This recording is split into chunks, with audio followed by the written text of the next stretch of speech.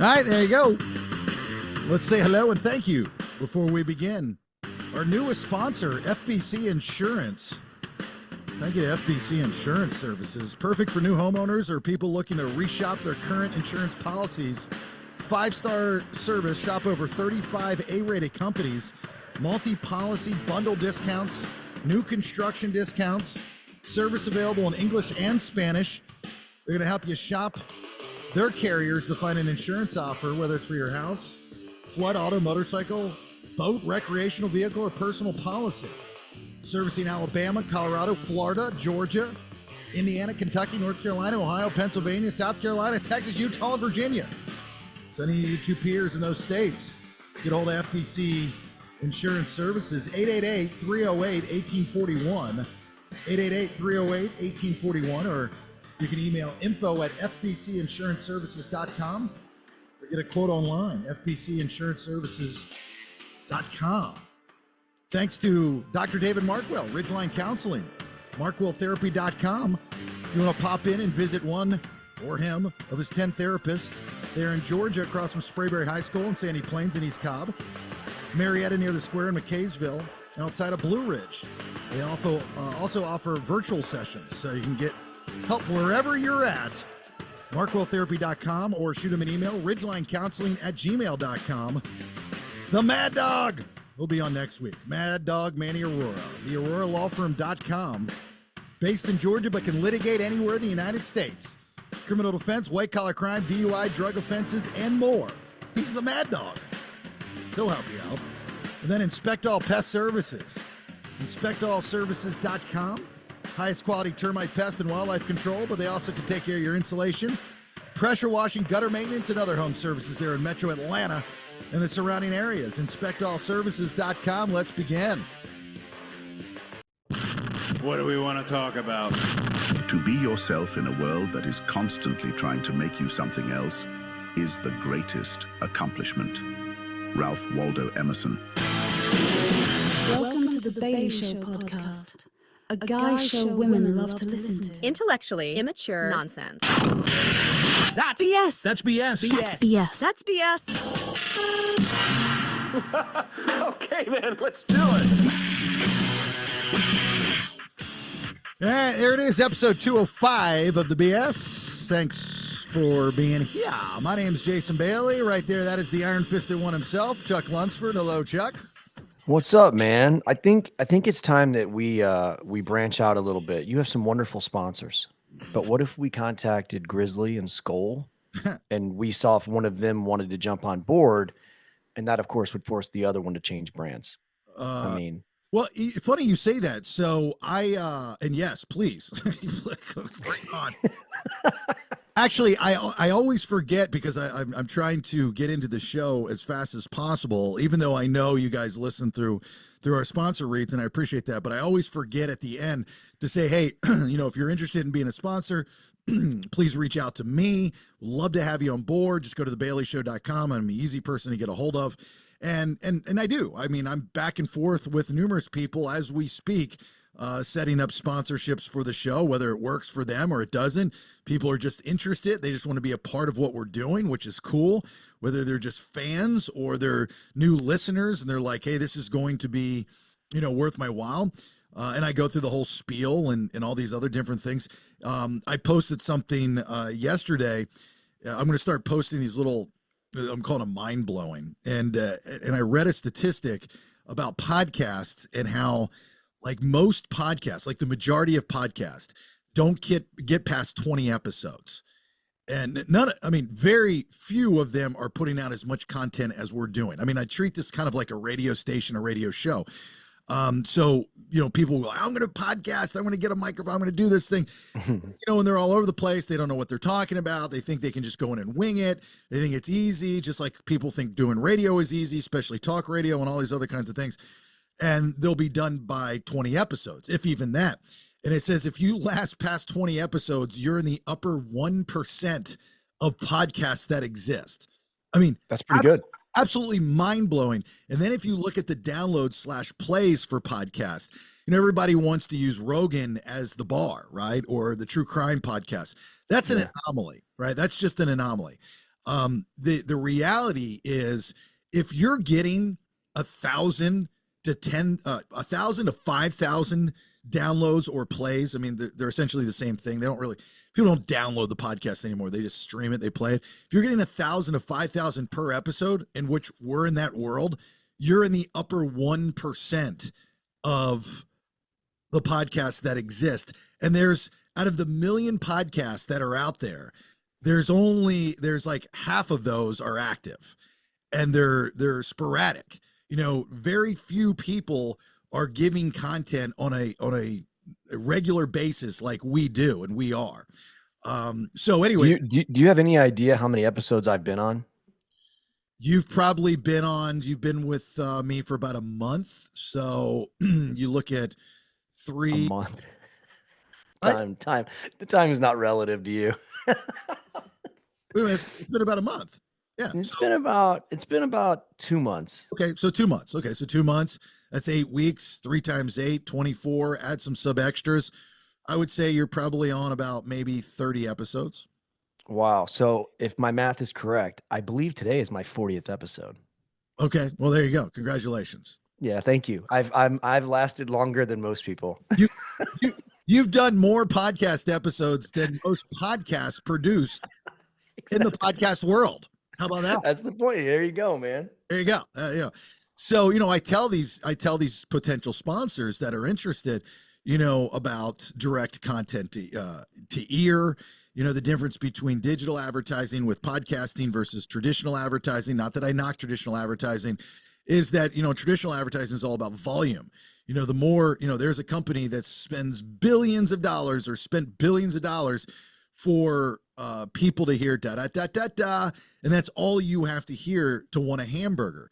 John Morgan with Morgan & Morgan, who's based out of Orlando. And I go back to the 90s with Morgan when there was named when it was a different company. There was another partner that he had, and in his downtown Orlando days, obviously we're all past those days, but he's a brilliant marketer, and he spent millions of dollars of branding for the people. And Morgan & Morgan, John Morgan, and now his son Matt, who I remember when he was just a kid, they were Orlando centric. Now they're nationwide, if not worldwide. I don't know, but I know when I was in California, they were running ads for Morgan & Morgan.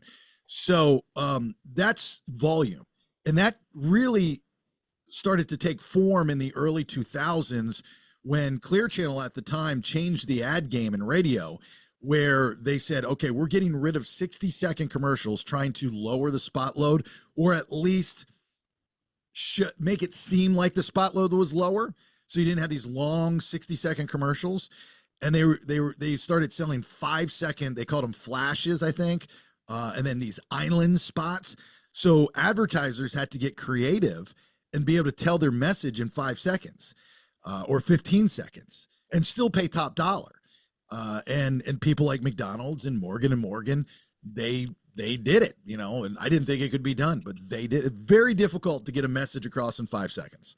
Well, I think that if we get a hold of Grizzly or Skull, one of us could get that message across in 2 seconds, because I think that's as long as it takes you to spit. Like, right, you just spit, right? That's all you do. Every time you do it, you're like, cha-ching, cha-ching, so that's the way we do it. Well, it could be brandvertising, which I'm a big fan of, which radio still is not adopted, which is having product placement, Wayne's World, little yellow, that kind of thing. But you're right. Yeah. With dipping, you could just spit and go.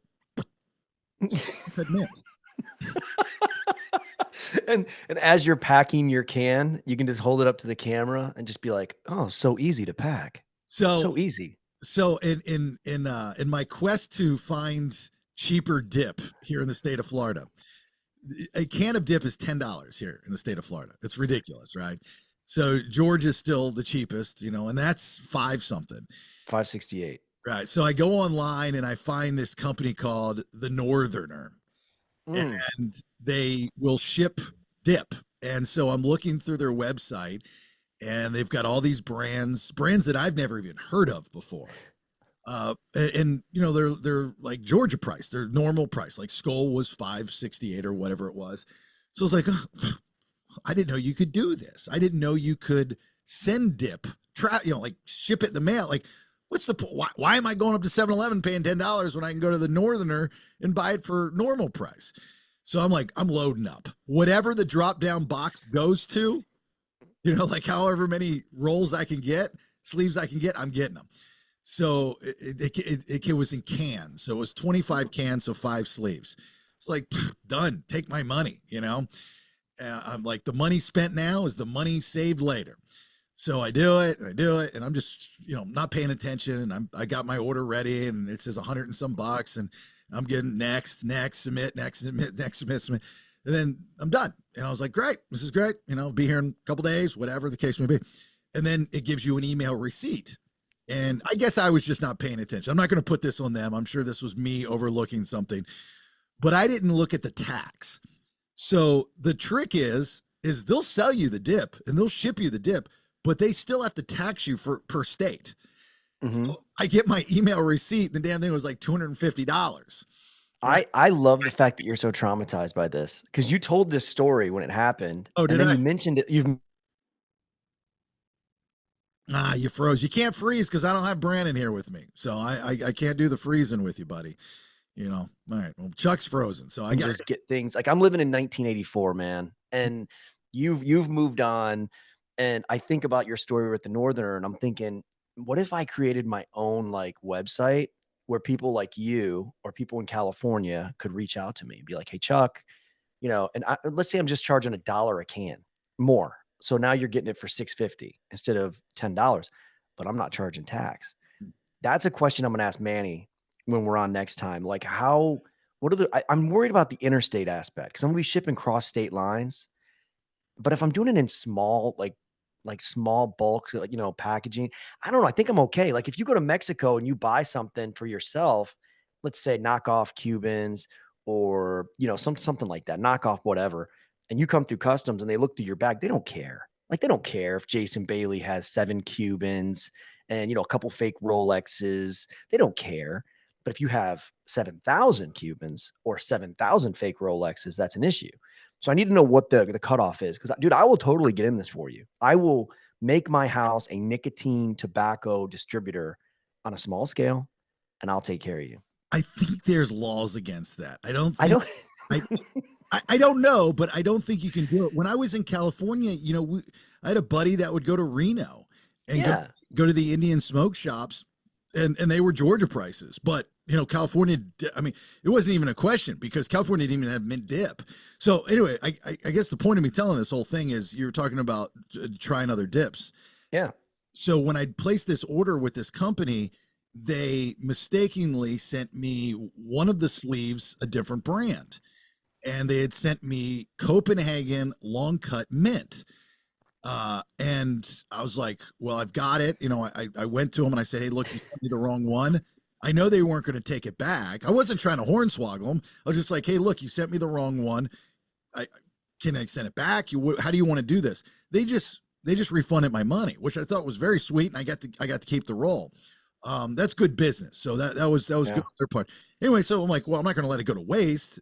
So I'm dipping in. I actually think I like Copenhagen long cut mint more than I do Skoal long cut mint. Wow. After all years. I mean, long cut's okay. The thing is, we've had this conversation. I don't like snuff. I think snuff is absolutely, I don't know what, serial killer choose snuff, but it is disgusting. It gets in your teeth. It gets in your throat. It's like you can't control it. It's like something in your mouth that's just going crazy. That's what she said. Yeah. But with the with long cut, it's a little bit more controllable. But yeah, Skoal, man. I mean, Skoal to me has always been the little brother to Copenhagen, and I never understood that because Copenhagen's not that good. I don't like any Copenhagen product. Well, the original Copenhagen tastes like a football in your mouth. Just tastes like you're licking leather. My buddy in high school was a big Copenhagen guy, and every once in a while I'd have to take, and it was snuff. It was the fine cut. I was like, it just gets lost in mouth translation. Yeah, I don't get it. It's like it's like you're torturing yourself. It makes no sense. But yeah, I will. I'll send you some Grizzly, man. I'm telling you. Well, it's the way to go. My wife was up in Atlanta the other day. She had to show a house. So I mean, she's in real estate, and she's now getting ready to have her Florida license, and which I'll get to here in a second. You're welcome, state of Florida, for having my wife get her license, by the way, and that'll make sense here in a minute. But she was up in Georgia to show a house. Somebody, requested her. They wanted her. So, she flew up there for the day and went and showed a house, and boom. And then she drove back with Ariel because Ariel was up there visiting her friends. Yeah. So they came back. I was like, load up. And so she went to like 4 different gas stations. See, I'm telling you, it's not illegal if you're just personal consumption. Yeah. Well, I mean, yeah, I think if you start a business. How many cans did she buy?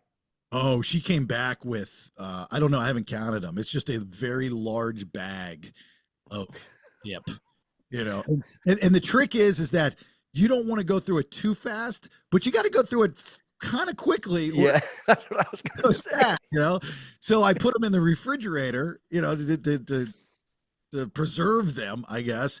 You don't even know if that's true. Like everybody says that, like put it in the fridge. You're like, just keeping it cold really preserve it. I mean, well, it's just stupid. There are times in our lives where we have memories of just something really good, right? And you'll have a deja vu moment every once in a while. When I was in college, my first 2 years in college, specifically at Wingate University or Wingate College at the time in Wingate, North Carolina, playing ball there, I had one of those little cheap mini refrigerators in my room. And I, dip in Wingate, North Carolina, 99 cents a can. And you'd buy a log for $10. 10 cans was in a log at the time. and I would have a log and I would put it in that refrigerator. And then when we would get back from practice, we'd go back to my room because I had a big 3-man suite for whatever reason. I don't know. My roommate was never there. So I had all this room. And we go back and play Tecmo Bowl and watch Springer. And everybody would, bum a dip off of me, which is like the most disgusting thing in the world is like another guy, especially after football practice where your fingers have been in the dirt and nobody's washed their hands. Take their fingers and put it into your dip can. Dude, you are so weird about that. And I think you've done it to me like 5 or 6 times where we'll be out somewhere and I'm like, dude, like I don't have any pouches or anything. And you're like, oh, and you do the whole like, oh God. And you open it up and are you the one that you take it out for me, right? Or what do? You do something different. Yeah, I divvy it up and I pour it in your hand or something. Here's in my dip can. It's like we're doing coke. Like you pull out a razor blade and you're like scratching it out. And you're like, yeah, hold out your hand. Here you go. There's a little bit. That's good. Oh, you want a little bit more? There you go. It's like so weird. You're the only person I've ever met that does that. Well, I guess I'm the only person that that has got hygiene. I would rather you take your tongue and lick snot from my nostrils. Shut up. Stick your finger in my dip can. It's the most disgusting thing ever. So what you do to get people to stop doing that, because I do pouches, is I will in front of them take my pouches out and I'll reuse them. So I'll put them back in the can when I'm done with them. And like, I'll shake it up a little bit. And I mean, it's a gross habit anyway, so it doesn't matter. But people look at it and they're like, ooh, I'm good. They don't want to use a reused pouch. So maybe that's what you start doing is take your dip out, put it back in the can, mix it up, and nobody will want any dip from you.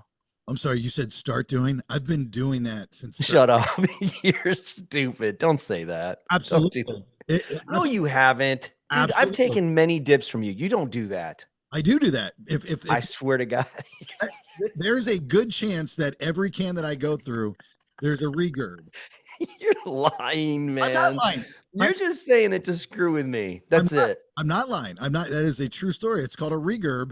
And if I did not get all the flavor out of it, I'm not going to. I put it in there, and you're right. That's how you do it. You shake it, so you mix it with some new stuff, and so you've probably had regurb of mine. We've made out. Yeah. How did I taste?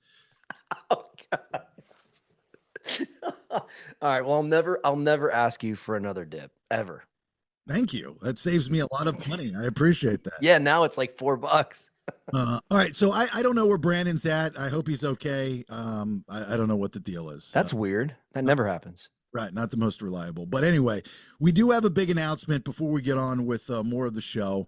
And I know lot of you are waiting for this and trying to figure out online the secret code videos that I've been putting out. Thanks to my friend Paramore Brown that helped me out. I thought that gave it a little extra kick by inserting Paramore Brown into the videos. Chuck didn't think anyone was going to be able to get it. Obviously, and I disagreed with him. I said the two peers, there's going to be two peers out there going to get it. Obviously, like most times, if not every time, I was right. If you've seen social media, you've seen a few people that have gone there and said, hey, this is obviously, if you decode all of the letters and you put them into word form, it states the BS presents Podcast and Pores 3, October 14th, 2024, Tannery Row, Beaufort, Georgia, featuring Distinct Grace, special guests. That the special guest part isn't on there, but that's what it says.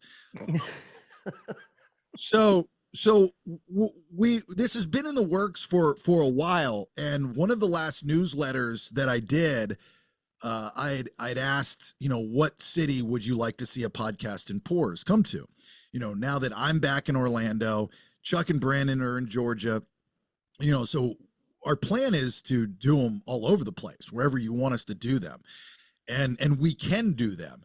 The Atlanta, this kind of came about, really, Chuck kind of led the charge on all of this, because Distinct Grace, the new album, working with Will Turpin of Collective Soul, the relationship that both of us, actually, I think I introduced you to the guys at Tannery Row, if memory serves. We've been playing there a while, but Mike's a mutual friend, yeah. So, where we had Podcast and Pores 2, Halliversary, it just all made sense, right? So I'm going to come up from Orlando. We'll have a quote unquote live podcast like we do for Podcast and Pores. We'll set up. We'll have giveaways. I'm working with Create Graphics right now to do some merch, and we'll have Distinct Grace play live. We're working on some special guests to appear and show up, and it's a ticketed event. So the deal is, right now, there's an early bird special up until July 31st. Tickets are only $20, and you can go to distinctgrace.com, distinctgrace.com. Follow us on all social media. We're going to send out the links, but it's always going to take you back to distinctgrace.com on Distinct Grace's website there. So first come, first serve. We'll, as we lead up to the event, because we still have some time. October's, a few months away. We're going to have some different giveaways and different things and all these different promotions leading up to it.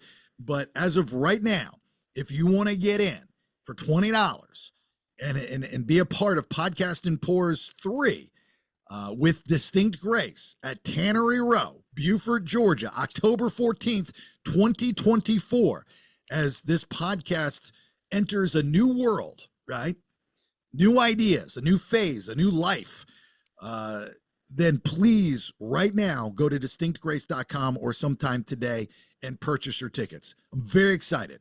We have a cap on how many tickets we can sell. I don't want to say the number. There's plenty of space. Obviously, Tannery Row is a big place, but the way that we're setting this up, we're capping it.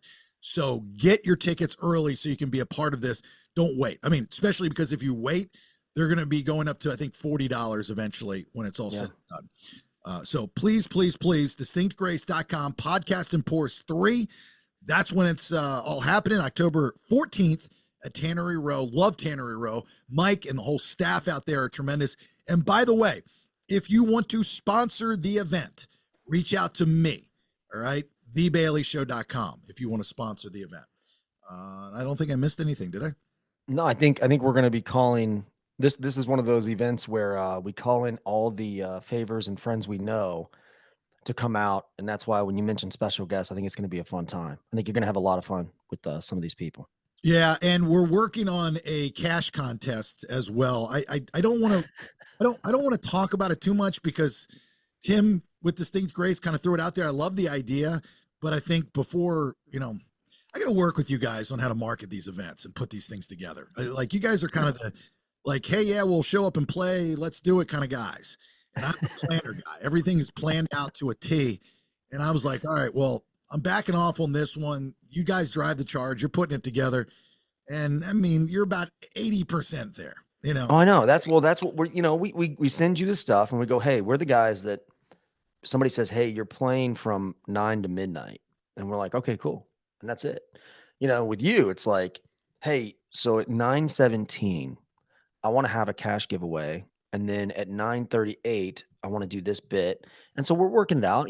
We're very open to your itinerary. We like the Jason itinerary. It's fun. Keeps it real.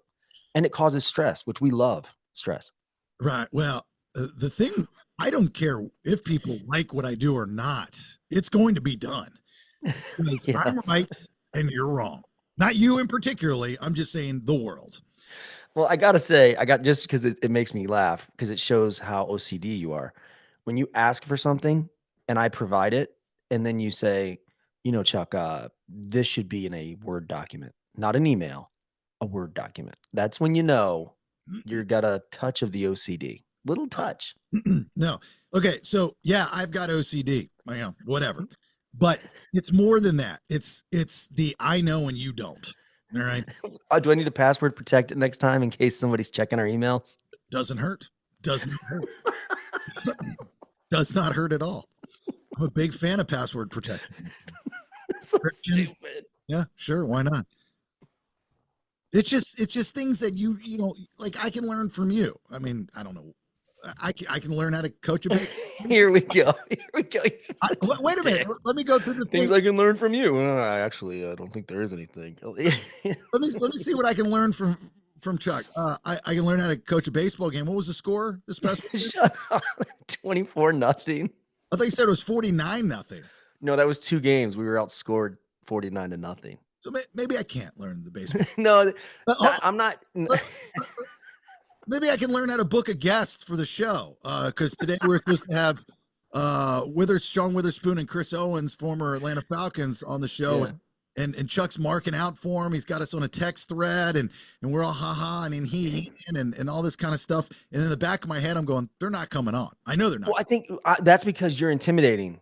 I'm serious. Player, a middle linebacker. Are you kidding me? No, because they were like, well, yeah, do you want to be on the show? And then like we're hanging out at the pool, we're chilling, and they're like, so what are we gonna talk about? And I was like, I don't know, man. Like, we're not gonna bust your balls or anything. And then they're like, well, can we check out the show? And I'm like, yeah. And they're like, what's Jason gonna ask us? And I'm like, he's not gonna go across any lines, man. And all of a sudden, they're both like mysteriously, hey, we got to take care of our kids. We can't be on Monday. And I'm like, oh man, they're afraid. People that I've interviewed over the last 30 years, I hate that question. What are you going to ask me? If it's the person that's saying that, I understand. Like but those guys are media trained. They've done a million different interviews with people, but they've done them with stiff sports guys that they know are going to kiss their ass. I'm just trying to have a good time and hang out and have fun. I'm a fan, especially of Spoon. I mean, I've got Spoon stories, because when he was with the Falcons that year, 2013, 14, I was at that training camp, and that was when I was at 92.9 The Game in Atlanta. And I've got some like really funny stories of Spoon. Spoon's a riot. That dude is hilarious. And he was a great football player, a really good football player. So was Chris. I'm not taking anything away from him. But I was excited to have him on. But I'm like, Chuck doesn't know how to do this. He doesn't know how to podcast. He's just a mark for these football players. And he's like, hey, dude, I'm on a podcast. You guys should come on. And that is not anything like what happened. That is not what happened. You don't know how to, if you see a crack, you don't know how to fix it. And you can book somebody, and if you're booking them that far in advance and you start to feel like there's a distance, then there's a way to work it so they feel comfortable. And I've had to do that a million times with different people, especially if there's that big of a gap, because then they start getting in their own way. They start, oh my God, what if I say this? What if they ask me this? I'm going to get in trouble. I'm going to do this and this and this and this.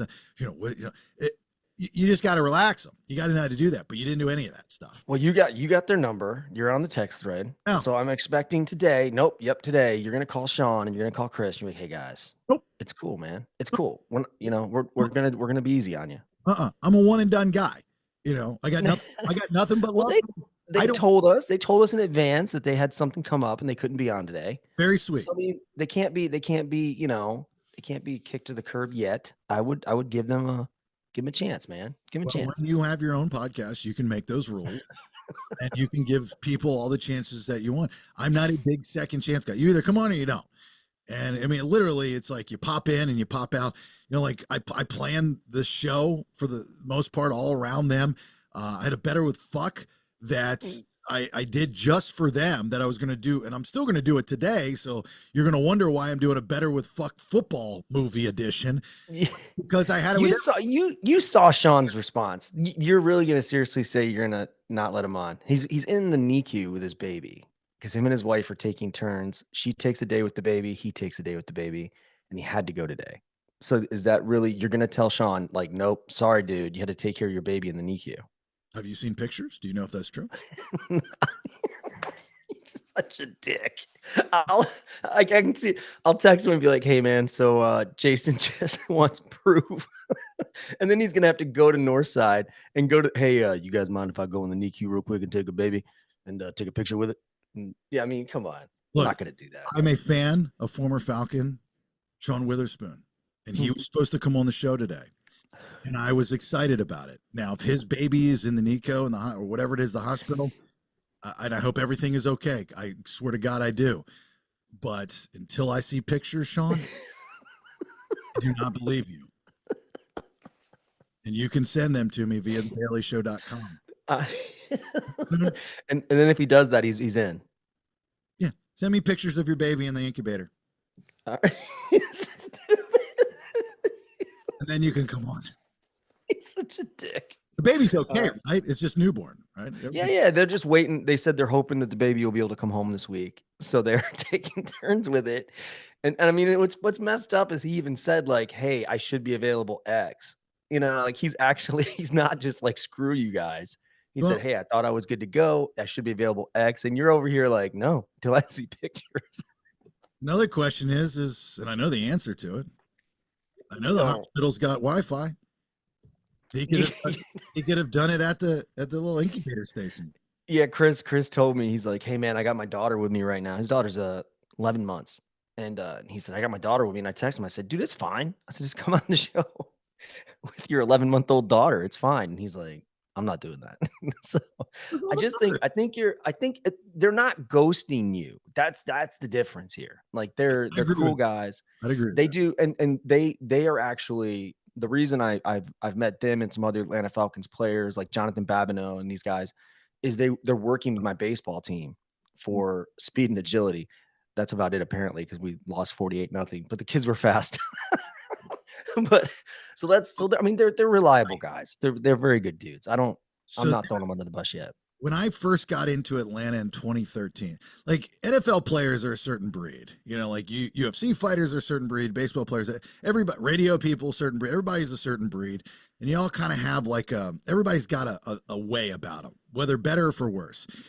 And I remember when I first got into Atlanta in 2013, and I'm working at, again, 92.9 The Game, have no idea what I'm doing on a sports talk radio station. Like I can talk football, but I'm not a stats guy. I'm not going to argue with you about who's better football player. Like, who am I to make that argument? So it was very difficult for me to go to work every day. Thank God, I was surrounded by smart people, and especially Randy Cross, who softened the blow for the most part.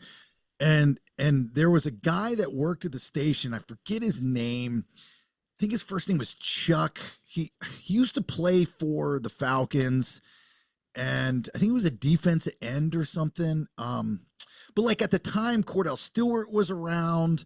Jamal Anderson was around. Who was the lineman that was on the air? He was around, and like, it was cool, but I just watched everybody kiss these guys' asses. And I'm going, why?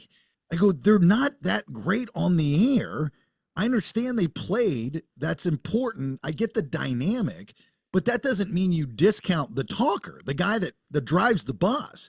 So I'm just observing all this and watching all these people kiss these asses. That was why Randy Cross and I became great friends right out of the gates, is because those are the first words I said to him.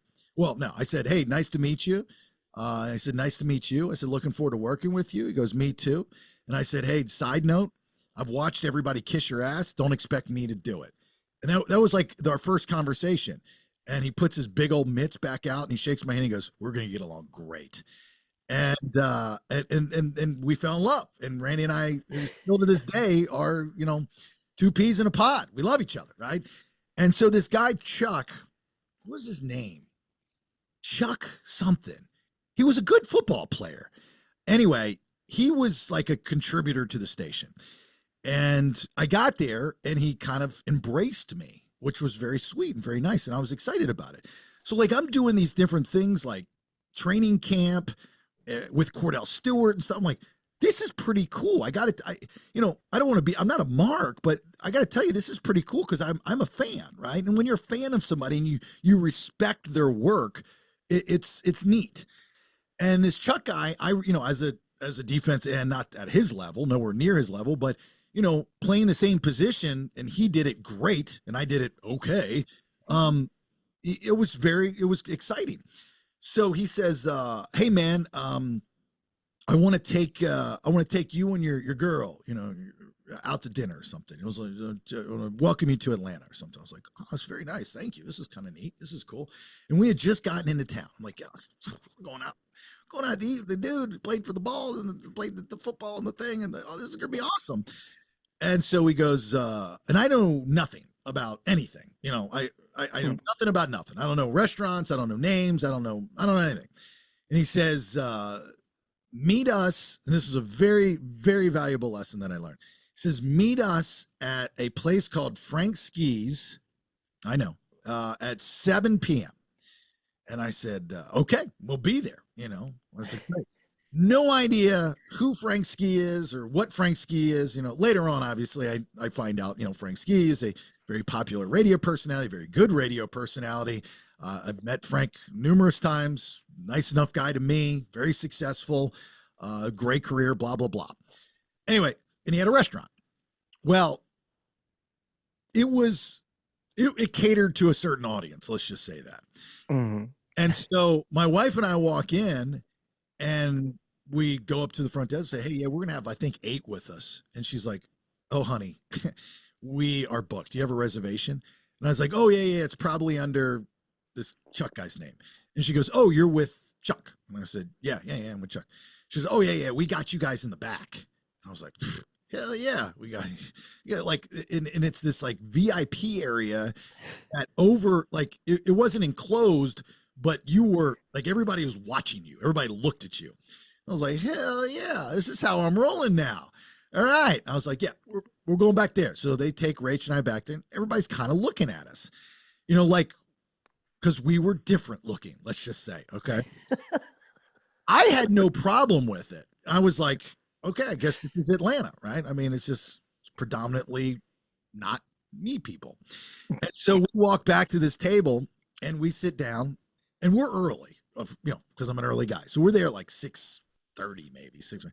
And we order a drink and we're talking and people are walking by and they're trying to figure out who we are, I guess, or why we're back in this room and this is that. And I shoot this dude a text. I'm like, hey man, a little bit early.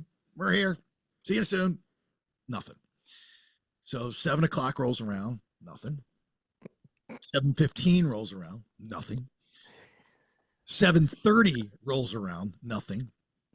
8 o'clock rolls around. You're such a loser, dude. You sat there for an hour and a half. Not one. Well, technically it was an hour because we were 30 minutes early, right? So not one person shows up. Like, I don't know who was supposed to be there, but not one person shows up. So I don't know if it was a rib or they I learned about, BPT, right? And it like 7 could have meant 10. And so I was pissed. And so I'm texting this dude and I'm like, dude, you guys coming? Like, what? Like, I don't know this guy worth anything. Like I'm here. Like, just respond. Tell me what's going on.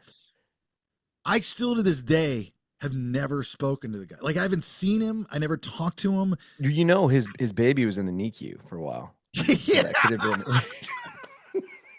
right. Yeah, that was the problem. All these babies in the NICU. What is it? NICU. Yeah. Oh, that's my go-to. It's funny, man, because you know the NFL. Like we used to do a lot of shows and like breweries and different bar like 37 Main, bars in Atlanta. And I'm not going to say the one that we were at, but we were at a bar and Jamal Anderson. You mentioned Jamal Anderson. He's a huge staple in Atlanta. Most people know him from his run-in with the law that happened at QT in Lawrenceville, Sewanee. But we had the pleasure of playing a show, and Jamal shows up, and he's like, "Hey, man, can I hold your guitar?" And I'm like, "No, I don't know who he is." And they're like, "Dude, that's Jamal Anderson." And I'm like, "Oh crap, that's cool." And he's like, so he hands me $100 bill. He's like, "Can I hold your guitar?" And I'm like, "Yeah." I take it, I give it to him. And so he's getting pictures, and he's kind of drunk, and we're like, whatever, man. He's having a good time. And so a few minutes later, my wife comes back from the bathroom, and she's like, "Dude, Jamal's in the bathroom doing lines off the changing table." I'm like, "What?" So this dude is out of his mind. He's rocking. He's up on stage with us, and he is just the life of the party. And so they kick him out of the bar because he kept going into the restroom and kept going into the women's restroom to do whatever he was doing. And so it's like 2 a.m. We're cleaning out everything. We're loading up everything. The bar's closed. And I look, and Jamal's like sitting on the curb, like all alone, just with his head between his legs. And I walk over and I'm like, "Hey, man, like, you need a ride somewhere?" And he's like, "No, dog, I'm waiting on my ride." And I was like, "Okay." So we get in the car, and as we're pulling away, I was like, to be a multimillionaire and it's 2 a.m, you're all alone sitting on a curb.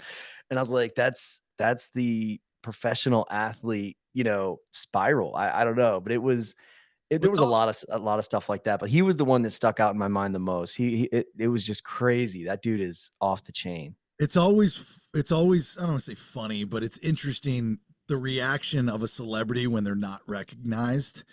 And but it's funny when you do know who they are and you would recognize them, and the other person is so out of touch that you don't recognize. When I was in California, this horrible person that I worked with that was like just stupid to the world. They had this a private event, and they had like a little VIP thing and whatnot. And this guy wants to get in, and he comes in and he's like, "Hey man, can I come party with you guys?" And he's trying to be, this guy that I'm talking about thinks he's a tough guy and whatnot. And he comes over with his belly hanging out, I'm sure wearing a little vest. And then he's like, "No, you can't. No, fake deep voice. No, you can't come in. No, you can't come in." Like that kind of thing. Well, the next business day, the story starts getting around, not to him. I end up telling him because I think he deserves it. But everybody's talking about it behind his back. And they're saying how he turned down Nate Diaz because Nate Diaz and he turned down Nate Diaz to get in.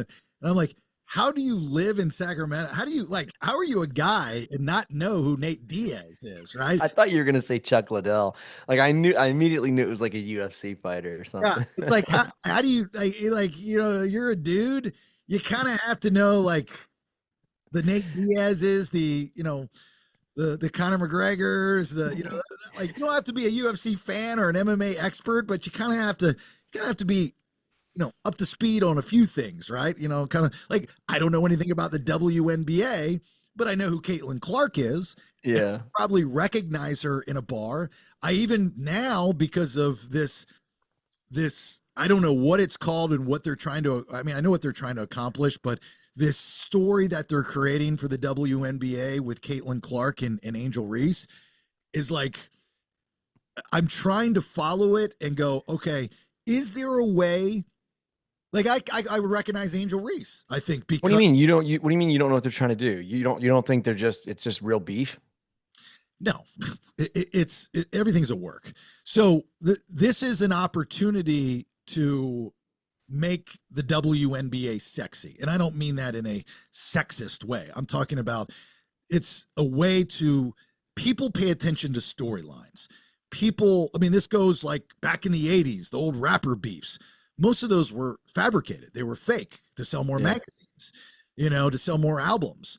um, it's good versus evil. I always say this. I mean, that's how the world works. I mean, we were founded on good versus evil, God versus devil, Darth versus Luke, right?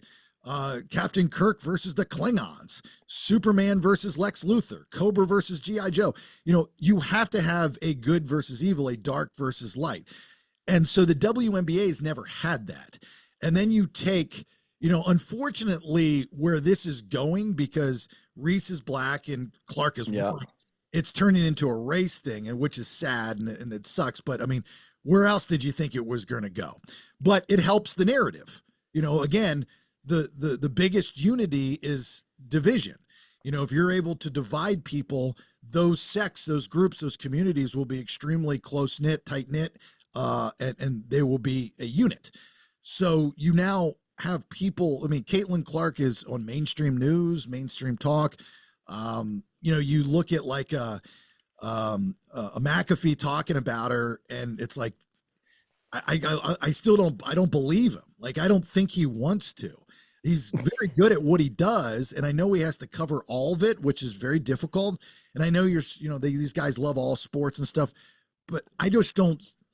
I don't know. I don't know how to make the WNBA sexy, right? Yeah, but I don't think they would do it with the way you're saying it, right? Like you said, Caitlin Clark is white. They don't want it to be a race thing, but if it's gonna be a race thing, they don't want it to be this way. They don't want the aggressor to be non-white. And like, you know, you look back at the 80s with the Bad Boys and the Detroit Pistons and Bill Laimbeer. Bill Laimbeer was the total psycho, right? I mean, that dude, he did not care, but him and Scottie Pippen had a very bad relationship. But Bill Laimbeer was always the aggressor. I mean, you go back and watch the video. Bill Laimbeer would clothesline him out of nowhere, get a technical or kicked out of the game, and it was like whatever. But I mean, at that point, you had the white player as the aggressor, which I think if you're pulling storylines, that's a good storyline because you're going to get a lot of people interested. Sure. But it doesn't go with, you know, with so much with the race as it is not that big of a deal, except for maybe Bill Laimbeer is, you know, X, but he did the same thing to Larry Bird, so it didn't matter. I don't know, man. I don't think it's scripted. I just think it's something that if anything, I think the WNBA would want to bury it because Caitlin Clark is so new. She's likable. And this girl, man, I mean, when you watch it, dude, she's got a chip on her shoulder for Caitlin Clark. And I mean, it's crazy to watch. I don't know what Caitlin Clark's saying. Maybe she's saying something we don't know about, but she's got a target. I think they were pulled into a room and the WNBA said, look, you're two of the best players, if not the best players that we have. We need to start a rivalry and we need a storyline. You guys go at it hard. You know, I mean, I can see that happening, you know, maybe not directly like them sitting down, go, okay, well, take care. I'll see you next game. And, you know, I'll hit you over the head. You know, I don't think that, but they definitely have to say that in order to bring eyes on the product. It's not a bad idea, you know, and they have to get it. They have to understand it. And the best part is afterwards, you know, you question the referees, you talk a little trash, you know, like Reese just did recently, you know, with the flagrant foul that she was called when she hit her upside the head. I mean, she whacked the shit out of that girl. Now, did she do it on purpose? We'll never know. I mean, like that kind of foul is pretty easy to do if you're going up to the basket and you're trying to get the ball and you don't give a shit. You know, you're going to knock it upside the head, right? Like, you know, if you were to go and take video footage of how many times that exact foul and that exact shot has happened, you probably have it at least 100 times, you know, if not more. So why is this a big deal? Is because they're making it a big deal to get eyes on the product. You know, it's good. You know, I can't, it doesn't interest me, but the NBA doesn't interest me, you know? So like it's all a matter of taste, but the storyline interests me, right? Like it's interesting when you have the storyline, you just have to have good talkers. Reese is the better talker than Caitlin Clark. You know, she plays the baby face and Reese is supposed to be the heel. You know, whether that's how the whole thing unfolds or not, I don't know. They leave it up to the general public and the fans, but we live in such a racially divided country that instead of people just looking at two of the best women basketball players that exist, and there's heat between both of them, not because they personally hate each other, it's because both of them want to be the best. I mean, that's being competitive. People won't understand how to be at that level of competitiveness. Most people, it's a whole new level of competitiveness. That's why they go at each other. They don't hate each other because of the color of their skin. That's ridiculous in that world, Yeah. But the rest of the world wants to look at it like that. Just like Larry Bird, Jordan, Magic, Larry Bird, everybody turns it into a race thing. Well, I mean, if you look at the Tom Brady roast when they had like Julian Edelman and Danny Amendola, they're talking about how, hey, Randy Moss was the only black receiver that Tom Brady ever threw to, and he's from West Virginia. Right, yeah. You got a lot of people look at it, and it's very hard for a lot of these, white athletes to play certain positions. I don't know why, but when you see it, you're like, dang, dude, this kid's 5'8", 5'9", and he's a wide receiver in the NFL, white guy. That's pretty impressive just because you don't see it a lot. But I also feel the same way about, was it Philadelphia Flyers? They had a, oh my God, I'm gonna get beat up for this. The black hockey player back in the 90s and 2000s. Dude was unbelievable. And, you're like, dude, and everybody always go back to, and he's black, and it's like, does it really matter that he's black? It doesn't. I don't, that for some reason, people care. People have a problem with it because they're not used to it. It's like Beyonce putting out a song in country music. Like she's not the first black country music artist. Like if you're a diehard country fan and you want to be upset about it, I understand if you're one of those people and you're upset about it. Don't be upset because she's black. Be upset because she's a pop star and she's coming into your world, right? But that's no different than a country star being played on top 40 radio. You don't get upset about that, do you? So like I didn't understand why people were upset and there were radio stations banning her song. And I'm going, all these country music stars are trying to cross over to top 40 and they have. What are you kidding me? Like what's the difference? She's not the first black artist that's done country music. It just, people are very, very silly. And then to admit that certain people, certain races, certain genetics, certain backgrounds are, I don't want to say better, but just different and can do different things. There's nothing wrong with saying that, right? And then you get the diamond in the rough. You get people like, a Julian Edelman, or if you remember the Steve Taskers of back in the day that played for the Bills, special teams. He was a little white guy running around, those types of people. It's not so much about race. It's more about genes and DNA and genetics. And the makeup. Yeah. I mean, you mentioned like Doug Flutie. I always go back to the Doug Flutie or the Jeff Garcia, where you had a guy playing at a very high level, a position that you usually have to be about 6'1", 6'2", right, to even be remotely successful. And I think Doug Flutie, I met him one time at a celebrity, or no, it was a USO tour, and Doug Flutie was there. Dude, he's like 5'8". Yeah. Maybe. I was taller than him. He's a small guy. Real small. And you're like, how the heck did he play at such a high level when you can't even see over the offensive line? I mean, it's impressive. So I think it's the same thing. It just falls into that. You just don't see it very often, and you gotta, kind of cheer for him and be like, yeah, I'm a fan. That's huge. He overcame a lot. When I was working with the Orlando Tuskers for that. What is that? It was, they tried like an off, like what the UFL is doing now, mm-hmm. They tried it and they had different teams, and the Orlando had a team, and I was a sideline reporter guy, and I worked with Flutie. I worked with Ryan Neese, who I'd known from my Tampa days. He played for the Bucks, UCLA guy, I think, but he's Ronnie Lott's son.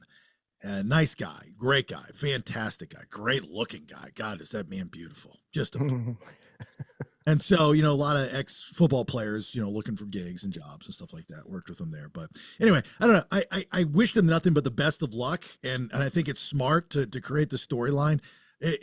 Bringing it up is just really a matter of those that look at it as a race thing. I think that's just silly. I mean, it's stupid. It's too easy. Like, that's the thing people have to realize. Like, is it too easy? It's too easy. Just to say black and white, it's just too easy to separate it and make a decision based off of that. and then just say, well, everybody's like that. Everybody's like that. Versus going, you got two women that are the best at what they do. Now, the argument, I think, if you're a sports fan and you're a real sports fan, is to go, do I really care about the WNBA? I was going to say that. That's the argument. That is the argument. It's a terrible product, man. It is a terrible product. But I'm sorry. But it's not. It's a terrible product to a middle-aged man, maybe. But your daughter, if she plays basketball, it gives her hope that she could be good enough to actually make a living out of doing it. And that's it. You can't make a living. You can't. They make money. They make good money. Not the bottom of the barrel don't. I mean, the ones that are just filling out the team. When you're talking, you get past these starters. I think even Caitlin Clark, she got offered like, I don't know, don't quote me. It was like millions of dollars to play for, was it Ice Cubes? Yeah, the big three. Ice Cube's big three. And she turned it down because she said, I want to play in the WNBA. That was her goal. And she signed for like under $1 million, I believe. It was something like that. But she's the best player. You're talking about some of these women that maybe they're the last pick in the draft, right? The Tom Brady for the WNBA, and they're making what, $40,000 a year to do what? What is your long game? You're not going to get sponsorships. You're not going to have a career after this. And it's like, settle down, go get a job, use your degree. I don't know, but it's just, I don't know. I just don't think it's a very good product. No, I disagree. I mean, you've made it to the 1% of your people. And when I say your people, I'm talking about women's basketball. Yeah. So you now have an opportunity. Money shouldn't matter. It's opportunity. You now have an opportunity for the sponsorships. You have an opportunity to be the best ever. You have an opportunity in a league. I can't believe I'm defending the WNBA, but you have an opportunity to be in a fairly new league, right? And as it continues to transition into whatever it's going to be, and make your mark and go down in history. And people look back, kind of like the basketball version of A League of Their Own, right? And people look back and go, if it weren't for Caitlin Clark, I would not be here and the league would not be doing this. So you can change history. You can be, that's pretty cool. I look at, what we do as kind of like that. I know podcasting's not new, and it still sounds silly in my head to say I'm a podcaster. It really does. This is what I do for a living. But this is the future. This is what is going to, I don't want to use all my content for the entire week, but if you look at what radio is going through right now, and especially what has just happened this past week, and people in TV, friends of mine, I'll get to this in tomorrow's episode, but you're a part of changing the product. You're changing the narrative, right? You just have to stick to your guns. I'll let you in a little something. I'm not making anywhere near what I was making in radio. Not even close. But you know what? I wake up happy and I go to bed happy. I don't have to go to any fucking meetings. I don't have to return fucking emails. I don't have to sit down with a guy that tells me what I'm doing wrong when they've never done what I do successfully. I don't have to deal with any of that shit. And I got to tell you, that in itself is worth $185,000. Just that aspect. You know who else thought this? You know who else went through this? Is God. He Hate Me. Remember the XFL? Oh, yeah, that guy. Did he play for Orlando or Philadelphia? Yeah. I don't know, but I know that the only thing he's remembered by is He Hate Me. He's not making any money. And it's like but the XFL was sold the same way. And everybody thought, man, this is it. This is the future. And it lasted 3 years? Did it last that long? No. The original XFL, because I was a part of the original XFL. You've been a part of everything. No, I was the voice of the Orlando Rage. And so, and the first game that we played was against the Chicago Rush. And so I was the PA announcer for the Orlando. Shut up. What do you're like the B Ryan Cress or Ryan Seacrest. Like you Brian Seacrest, yeah. Brian Seacrest. I'm not making this up. This is all documented. It's all true stuff. That's funny. Did you ever meet He Hate Me? No. I didn't meet He Hate Me. I met like Vince McMahon and the wrestlers and stuff like that. But the XFL, after 1 year, folded. Wasn't so much it was a bad product, but you got to remember when it came out. It came out in 2001. It came out right after 9/11. Oh yeah, that's right. That's right. So I mean, everything was working against them. Everything was going against them. So the UFL now is the XFL. You got to remember that. The Rock Is it owned by wrestling? The Rock bought the XFL and revamped it and brought the XFL back last year, I believe, or the year before for one season. And then they merged with the USFL, I guess, or they called the Yeah. Yeah, so they merged both of the products.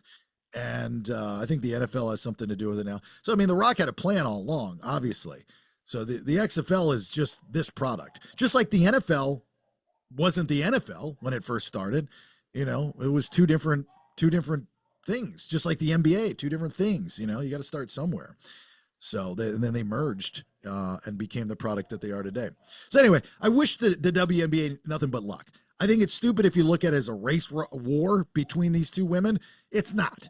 It's competition. It's being competitive. It's a storyline. I don't think the WNBA has ever had a storyline. I'm not into it. I just don't like basketball. I'm not a basketball fan.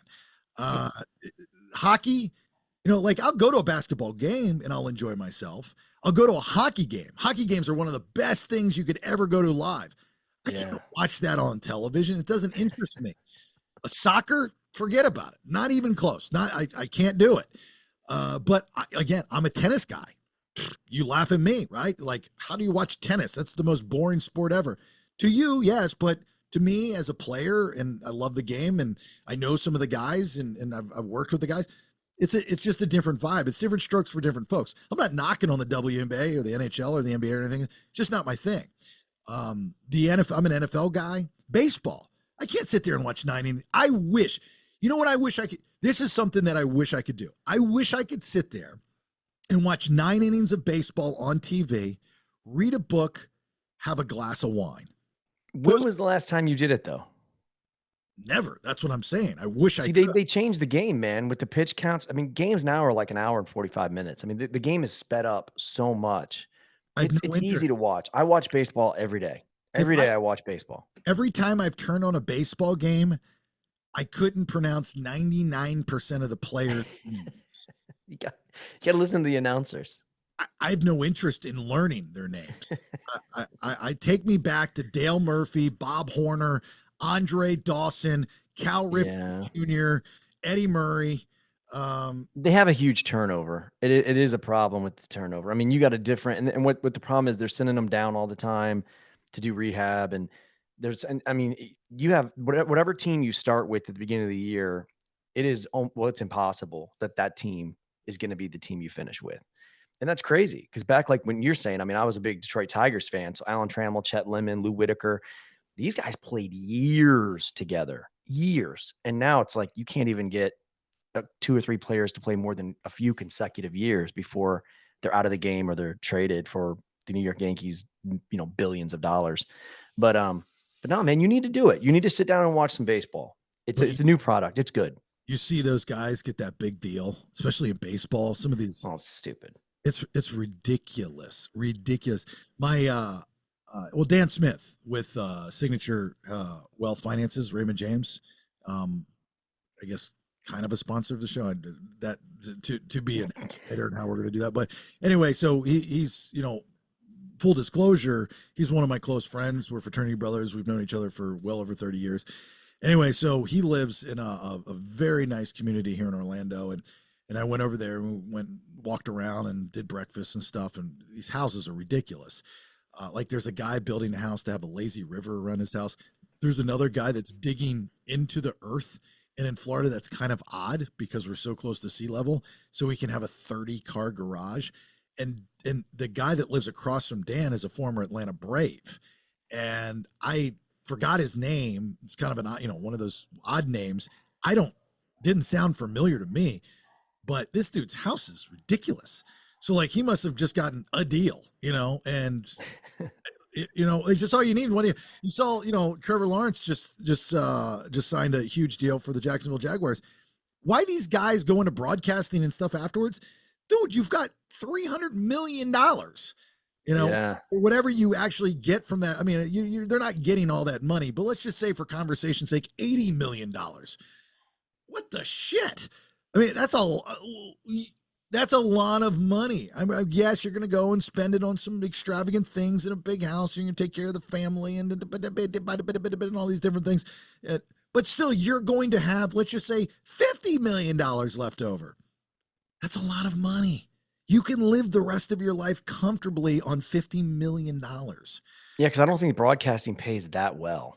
Now, so one of the things I wanted to bring up on this episode is we bought a house. So we bought a new house.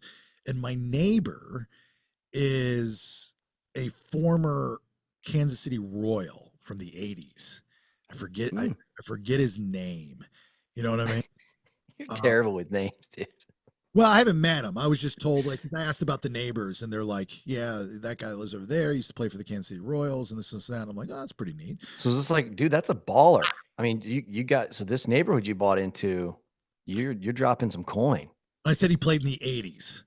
Oh, when the contracts were like $86,000 over 17 years. Yeah. He's probably had to sell a few baseball cards in this time. No, I'm sure. Yeah, the money was not the same in the 80s. No, the neighborhood's not bad. It's nice. But so we found a house, you know, so like this will be the fourth time we've moved in 1 year.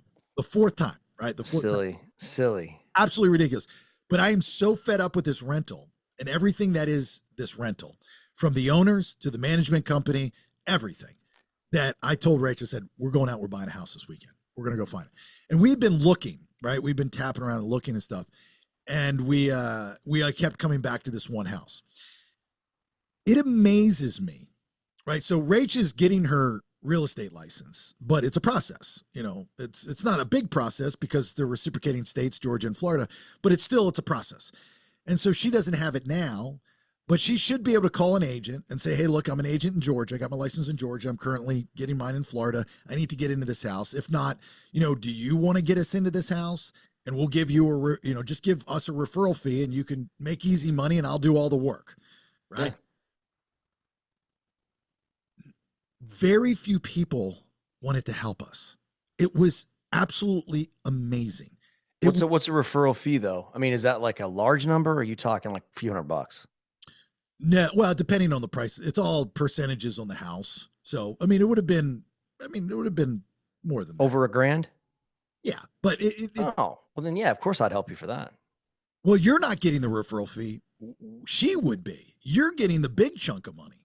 Oh, well then, heck yeah, man, I'm all in. I mean, you're getting well over 15,000. Shut up.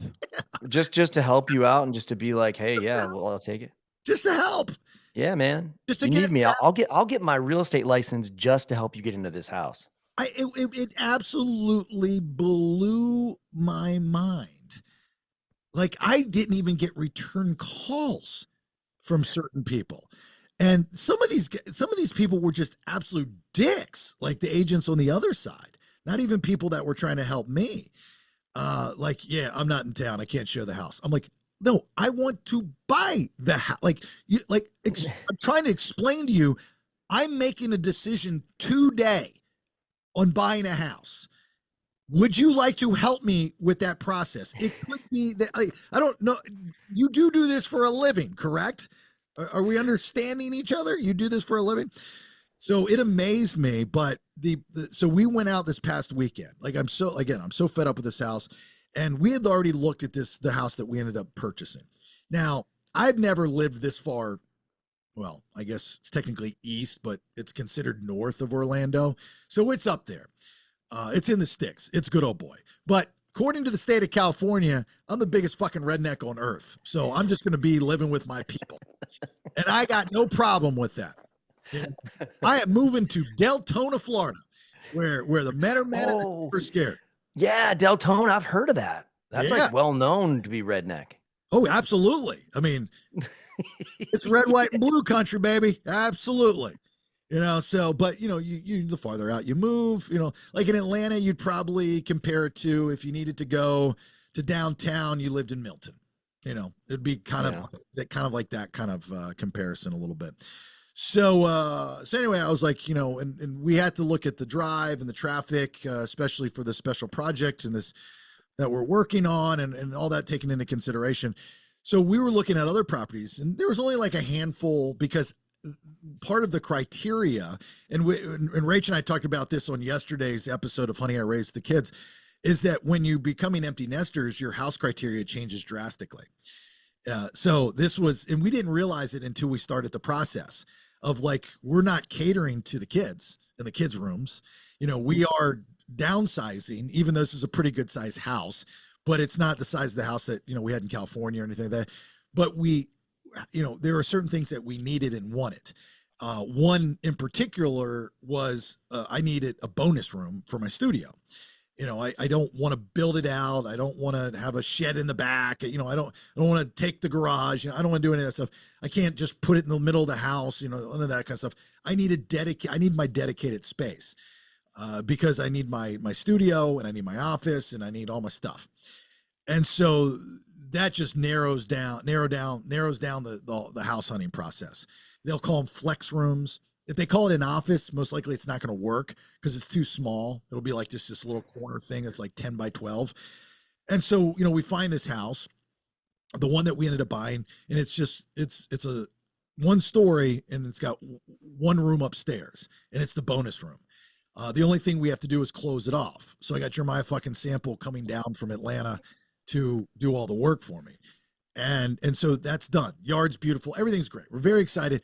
And the people that are selling this house are the sweetest, nicest people that I think I've ever met. I want to be friends with them after the fact. But the process was interesting. I got a couple stories to tell. So we go out this past weekend and we get up early, and one of the houses we needed an agent to get into. The other ones were open houses. I was like, cool. So we map it out. This is what we're going to do. We're starting at like 8 a.m. The first one we'll hit at 11, then we'll go here, and then here, and we'll finish up by 4, and then we'll get back, and then we're going to make a decision. So the first one we go to is the one we had already seen, which was the one we were buying. Good. Okay. So we saw that again. Everything's good. We go to this other house, not going to work. Just not going to work. We go to this other house, not going to work. So these other 2 houses, there was potential there, at least online. And I'm like, God, this is, this one's farther north. This one's in DeLand. This one's way up there. Not way up there, but it's another 10 minutes north. I mean, you put another 10 minutes on your drive. But DeLand is more, it's got more going on than Deltona. Like Deltona is still growing. Like they're getting ready to build a big downtown village and stuff like that, which is cool. I want to get in on the front end of that for equity reasons. But the land is historic. It's got a downtown area and this kind of thing. So I'm like, God, this house is beautiful. It's like, it's got everything. Let's go look at it. This is the one in DeLand, right? Yeah, the one in DeLand. So, but we needed an agent. Nobody wanted to help us. So finally, my mom's friend got somebody to help us. So this lady comes over, very nice lady. And we get in this house, biggest piece of shit house ever. Like this house, the guy bought it in 1999 and has been renting it out ever since. It's in a beautiful community. Beautiful houses surround it. But it needed a rip out. It needed a redo.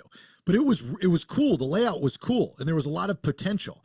It was like a little compound. It had, a 2-car garage. And then outside had a detached garage. Everything was brick, but I mean, you had to sink a lot of money into this house. And what they were asking, no fucking way. So I said, just curious. I'm just curious what they're going to say. So go back to the owners for me and tell them I'll offer them half of what they were asking for it. Oh, dude. That's rude. No, it's not. It wasn't worth you had to. I don't want to play numbers here because everybody's going to go, oh, Bailey, you're rich and all that kind of, which is the farthest thing from the truth. But that's why I'm not saying specific numbers. But if equity wise, if you were able to do it, I was able to do it, I would be banking, right? I'd have less of a mortgage, more money out of pocket, of course, but less of a mortgage, and the equity would already be in the house. And I could make it how I want, but you had to gut this thing. And I'm talking, you probably definitely new AC, probably new ductwork, New the pool, you resurface, the roof most likely, probably a new roof, the yard, the inside all redone. You don't want that, man. You don't want to go through that. Well, they haven't gotten back to me. So the guy died and left it to his 4 kids, and they have to deal with it. I wouldn't be surprised if this week they come back and they're like, you know what, they'll take the money. I'm like, so then I'm in a situation like, okay, do I A full remodel like that? Rachel will leave you. Like she'll leave you. No, I would do it as an investment property. What? So you'd buy that and the house you bought? If I So now you're gonna buy. So now you're gonna buy. yeah. So now you're gonna buy a nut.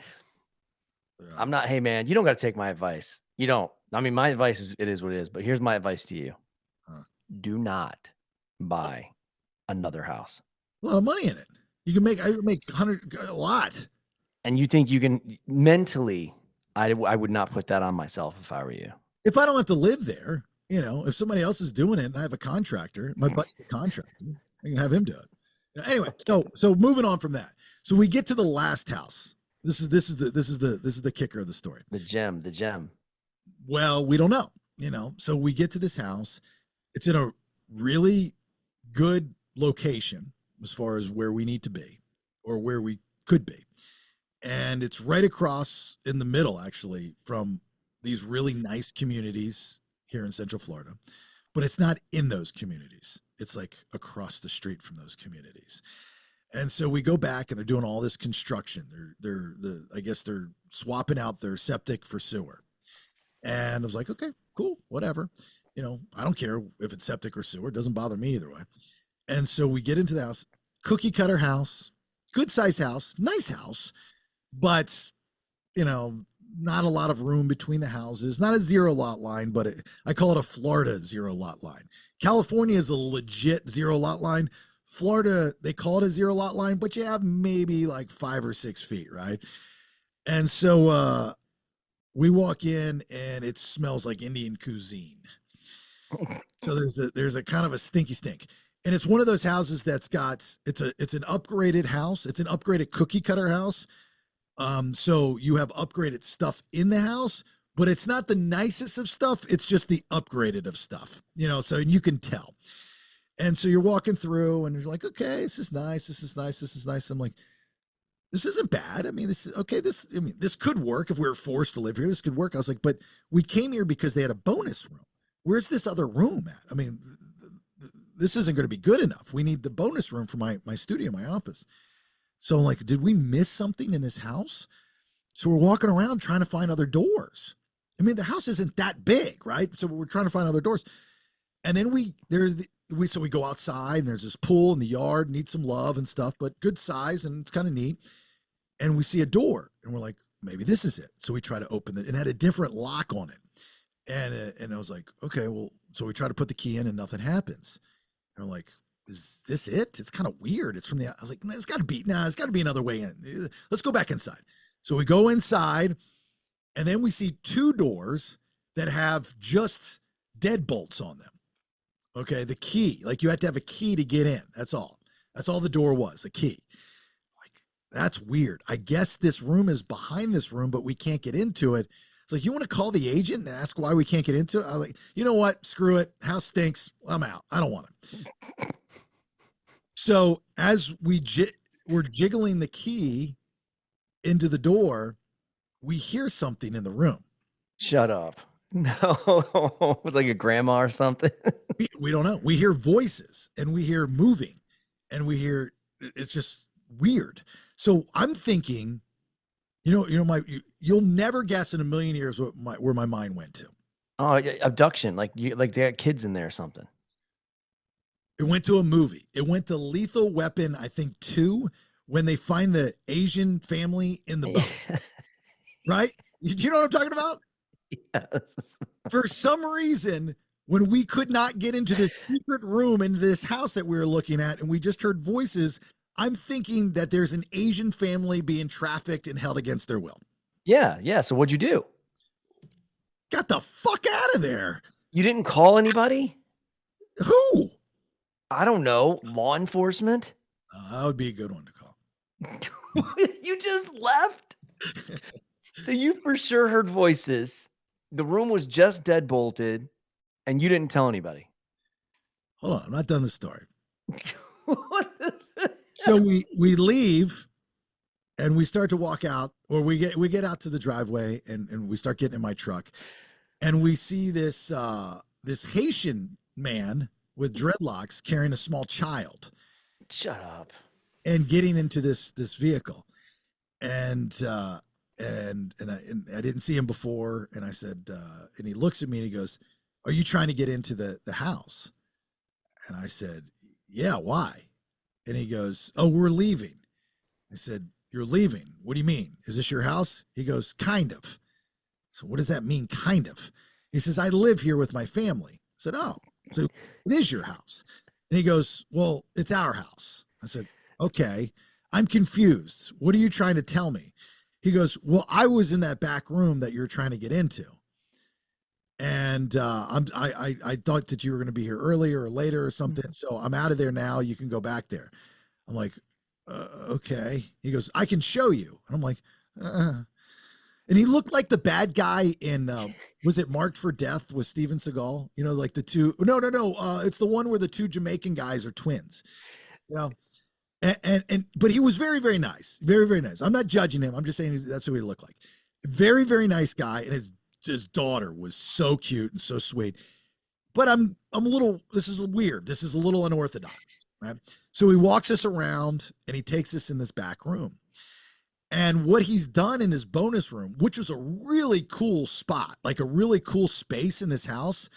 If there are other things, you know, it just didn't feel right. Like I go like when I buy a house, I go off a gut. Like I can walk into a property, not see the rest of the house and just feel it and go. That's what we did with a cabin up in Mineral Bluff. I didn't even see the whole place. I just walked right in and I go, I want it. I feel it. I got it. Yeah. You know, it's a gut feeling. The house in Atlanta, same thing. It's a gut feeling. The one in California, I never had that. And that's why everything was bad. But so the house that we bought, that's why we kept going back to it. Doesn't matter if it's in Deltona or not. It just felt home, like home. It felt like there's love in the house. This house didn't feel like that. So anyway, he takes us in this room and the guy's really handy. Like he's built this small little kitchenette area. He closed the door up and then he put in another opening to a room for his kids. So I guess he and his young family live in that side of the house. His parents live on the other side of the house. And in order to have privacy, he set up all this stuff. But it makes it very difficult when people come and look at the house because this happens, right? Because he's a professional trafficker. Possibly. Who'd you want me to call? What was it? Law enforcement. Law enforcement. Yeah. Have you seen the Family Guy where Peter's driving to pick up Quagmire and he like runs through his garage door and all like the little like Asian women are running away with their hands bound behind their back and Peter's like, "Hey, sorry, Quagmire." And Quagmire's like, It's cool. They're tagged. They're tagged." That's what I thought you were gonna say. Like you see the Haitian guy coming out with like kids under his arms, like, give me 1 minute. Give me 1 minute. Like, and you're like, okay, yeah, that's cool. So you never called anybody. You took his story for what it is. He showed you his lair and you guys went on your way. No, that's not true. We called the agent and told him we weren't interested. I'm sure they'll take care of it. Yeah. I said, I told him, and I was honest. I said there was too much traffic. It was not too much traffic. we didn't like the house because there's too much traffic. It's weird. My cell phone wouldn't work inside of it, but as soon as I left, I had full signal. I don't understand what's going on. The display of AK-47s were amazing. I will tell you that. There was. And I know that we probably used the wrong key to get in, but they had a room that said keys and they had stacks of, I guess there were keys in there filled with white powder. I don't know. It's just. And I like how you said he's Haitian, which, come on. I mean. Well, I felt bad for you because I was trying to, poking and prodding a little bit. And I was like, "Oh, where are you from?" And he's like, "New York." I was like, "Well, I didn't see that coming." And I was like, "No, like originally, where are you from?" He's like, "Oh, I'm Haitian." And I was like, "So I'm figuring, they got out of Haiti. I mean, Haiti right now is a horrible place to be. And yeah. These beautiful children. the other one was in the car, so I kind of saw at a distance, a little bit older, but this little girl I'm sitting there playing with her in the room, and we're dancing and we're jumping around, and, and she just was so cute and so full of life. You just feel so bad, like if that's the case. I don't know if that's the case or not. I'm just assuming, like they are from Haiti. They were able to escape. Was it hamburger or barbecue or whatever the guy's name? That place is a mess. Can you imagine having to raise that poor little princess in a place like that, surrounded by horrible people that have no ethics, no morals, no law, no nothing? It's not civilized. They do horrible thing to people, especially women. I mean, like. And I'm sure she was referring to her past when she whispered, "Do you help me?" She was talking about the things that had happened in Haiti, not now. So it's good that you didn't do anything. Right. Yeah. So that's why I didn't call law enforcement. Help me. You're like, I know your past is really messed up. No, help me. You're like, okay, well, good luck. I don't want the house. I'll tell the agent. I thought when this little girl was saying, help me, like, help me sell the house. Help me get into a bigger house. Help my daddy make more money. Yeah, that's what she meant. I mean, of course. She was like 4. She needs to be more descriptive, All right. Well, this kind of got screwed up because Chuck booked the football guys and they didn't show up. But anyway, so. Whoa, time out. It doesn't matter because this got screwed up because I am competing against no one. What does that mean? Where's Brandon? Well, at least he's not saying anything. I mean, he did nothing wrong other than. Hey, I messed up by booking NFL players for one episode. You messed up booking a co-host. No. Actually, this is where I'm going to make you look silly. That's why I have 2, because I know the I'm doing probability. That's why. Normally, I would just have one person. That's all I need. But I have 2. Well, that's why I got 2 NFL players. I just didn't realize that they'd both have babies in the NICU at the same time. That's crazy. All right, so this week's Better with Fuck is all about football movies based off of our guest that didn't show up. Whatever we do, it's better with fuck. What? Everything's better with the fuck. And it was supposed to be you versus Brandon versus Spoon versus Owens, and it was supposed to be this big to-do, and now it's just going to be Chuck versus Chuck. Okay. Well, I mean, I how this is going to play out. I'm going to probably get some wrong, or I'm going to be adamant about some of them. And then everyone's going to be screaming at whatever device they're using to listen to this. And then they're going to blow me up on social media like they always do. And they're like, oh my God, you guys are killing me. So that's what's going to happen. Well, in order to win when you're playing by yourself, with yourself, you have to get X amount right and reach a certain point level. Well, the possible points are 9, right? And I bet you I can pull 6. Guaranteed. I will let you know what that point level is when the game is done. Okay. I just want you to strive to be the best. Okay. I will. I'll do it. The idea, if you're not familiar with Better with Fuck, the idea is that fuck is the most powerful word in the English language. And if properly placed, it will make things sound better, funnier, et cetera, et cetera. So what I'll do is I'll take certain clips from movies or commercials or whatever, and I will put my strategic fucks in there, and hopefully you get a ha-ha out of it. And Chuck and Brandon are supposed to tell me the movie and the year, okay? Obviously, with no Brandon, it's just going to be Chuck giving me this information, and hopefully he can win a game playing against himself. All right, here we go. First one, Better with Fuck, football movie edition. You're 5 feet nothing, 100 and nothing, and you got hardly a speck of athletic ability. And you fucked the best college football team in the land for 2 years. And you're also going to walk out of here with a degree from the University of Notre Dame. In this lifetime, you don't have to fuck nobody except yourself. And after what you've gone through, if you haven't done that by now, it ain't gonna never happen. Great scene. I got to tell you, pat myself on the back. One of my better better with fucks, I must say. All right. I was gonna say you did really, really good on that. That flowed smoothly, and it was actually like it was almost meant to be written that way. Right? Fucking the football team. Yeah. Yeah, yeah. So I'm gonna say obviously it's Rudy. There you go. That's a point. Nicely done. And the year. This is tough. You have nobody to go back and forth with. You got to get it I know. less than 10 seconds. 1989. 1989. No. 1996. One My final guess. Oh my God. 1999. 1993. Oh, see, I was right there. 89 to 96. I was right there. Year I graduated high school, 1993. Okay, 1 point there for you, Chuck. Next one, Okay. Fuck Football Movie Edition. Here we go. You listen. You take a lesson from the dead. If we don't Fuck. together, right now on this hollow ground, we too will be destroyed. Just like they were. I don't care if you like each other or not, but you will fuck each other. And maybe, I don't know, maybe we'll learn to play this game like men. All right, there you go, the movie. Well done on that one too, man. Well done. Yeah, this was a great one. Like, I was so excited. I was like, Yeah. oh, they're going to get a kick out of this. They're going to be like, what the hell show am I on? This is funny, hilarious, ha, ha, ha.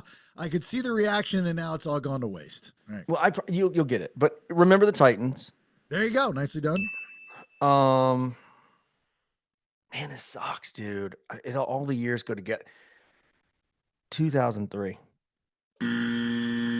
Okay. So it's got to be a little bit before that. 2000. Wow. Oh my God. Dude, I'm like a wizard at this. A wizard when I have time. I don't have time with Brandon because he just starts rattling off years. Last one. Better with Fuck Football Movie Edition. Here we go. You're a tough kid, Willie. But you give up on yourself way too easy. You're a good football player, too. I think you may even be great. And I'm gonna fuck you until we find out.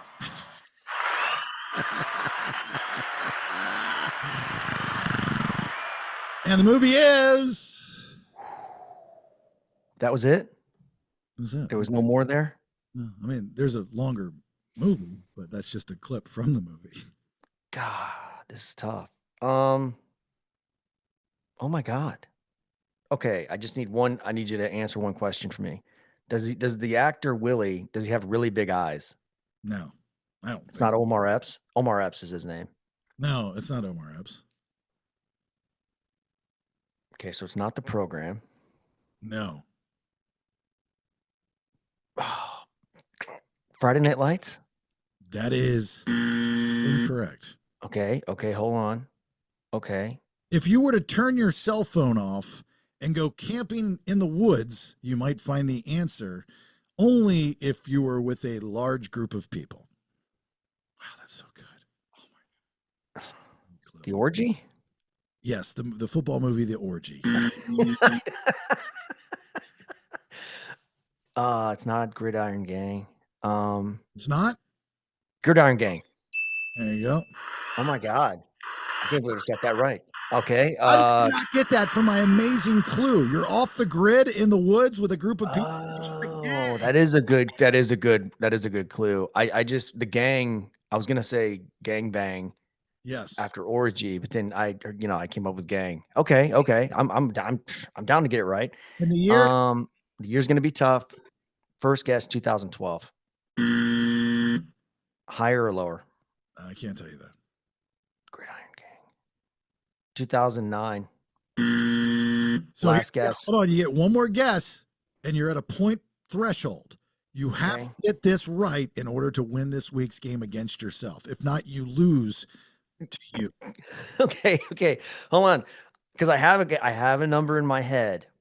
And so far my numbers are pretty good, like when I really feel them. But you got to tell me, higher or lower than 2009?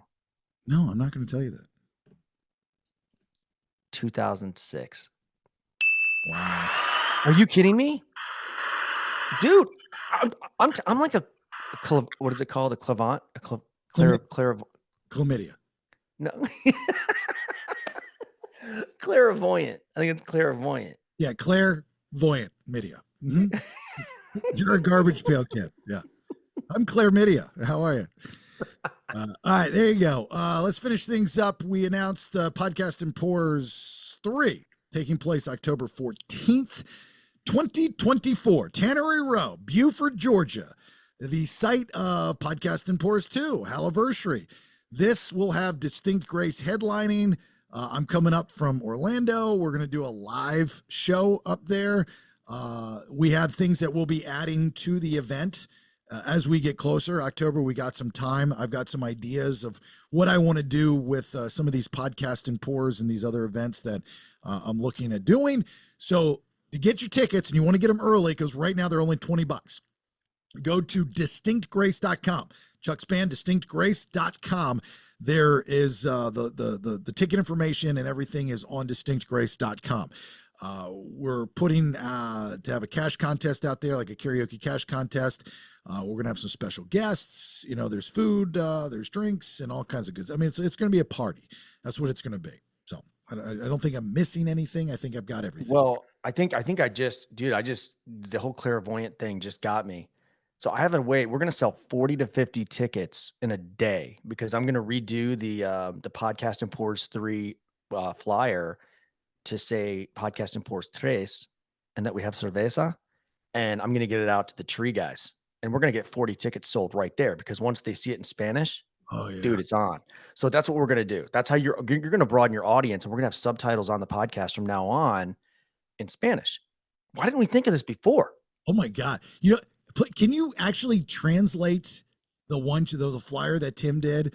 Yes. Do that. I'm curious how it's going. And they changed the name to El Distinto Grace. Yeah. Right? And then we'll just do La Bamba. And then we've catered to both audiences. Like this is huge. People better get their tickets immediately because I promise you, as soon as I translate that poster, tickets are sold out. Like as soon as I say tres and cerveza, it's gone. All of them are gone. Because dude, I'm telling you, the guys that work for me, it's over. They're all gonna go once they see that. Do La Bamba, the Macarena. Yeah, we'll have like a señorita dance contest. Burrito. This is a what? Burrito eating contest. A burrito eating. You know, back in the day when you could have fun and people didn't get all freaked out about shit you did. I did a Mexican bit for Cinco de Mayo.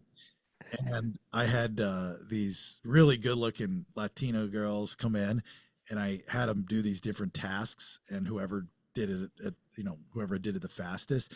But I had them run in Les Sod. I had them like make a bed, and I had them do like every stereotypical thing. Like you did it now to like even talking about like this is the shit that if I were in California and telling somebody about this, I'd be sent to HR because that's what happened. I was telling stories from 20, 30 years ago and it makes me a horrible person. Like none of those people are bad people, right? You know, they've never done anything that was accepted at that time, you know, but it was funny. Like I thought that was a clever bit. Mexican.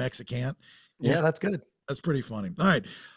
So we got that. Podcast and Pours 3. Get your tickets now. Get them early. Save money. $20 right now. DistinctGrace.com. Give us a like, share, follow on all social media at Listen to the BS. You can get all that information on TheBaileyShow.com. I sent out a newsletter this week. If you didn't get it, it's probably because you're not signed up. You can sign up for free on TheBaileyShow.com. Our YouTube channel. Get shows like Honey, I Raised the Kids and our Freebae show on Wednesdays. The full show on YouTube, plus all of our content clips are up there as well at The Bailey Show. But again, TheBaileyShow.com. Our merch. We have hats now available. I see that's actually the biggest seller right now are the hats. So the hats are available. Very, very cool.